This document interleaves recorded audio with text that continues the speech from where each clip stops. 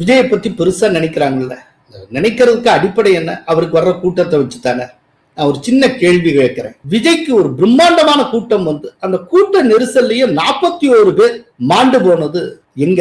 கரூர்ல வச்சு. அப்படின்னா விஜய்க்கு செல்வாக்கு அந்த இடத்துல எவ்வளவு இருக்கணும்? யாராவது ஒரு பொலிட்டிக்கல் அனலிஸ்ட் கரூர் மாவட்டத்துல விஜய் மானாவாரியா ஜெயிப்பார், கரூர் மாவட்டத்துல அட்லீஸ்ட் ஒரு தொகுதியாவது விஜய் ஜெயிப்பார்னு யாராவது சொல்லி கேட்டிருக்கீங்களா? ஏன் விஜய் ஆதரவாளர்கள் கூட கரூர் மாவட்டம் பற்றியோ கரூரை பத்தியோ பேசல? அங்க ஜெயிக்க முடியும் அவர்கள் ஏன் நம்பல? இந்த கூட்டம் என்பது ஒரு தோற்றத்தை உருவாக்கும், ஆனால் இந்த கூட்டமே வாக்குகளாக மாறாது. அதற்கு அடிப்படை காரணம் 2.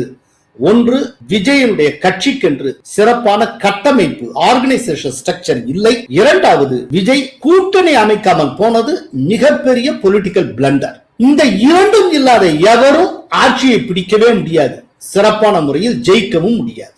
அதனால நடந்து முடிந்த தேர்தல் என்பது அதிமுக கூட்டணிக்கும் டிஎம்கே கூட்டணிக்கும் இடையிலான போட்டிதான்.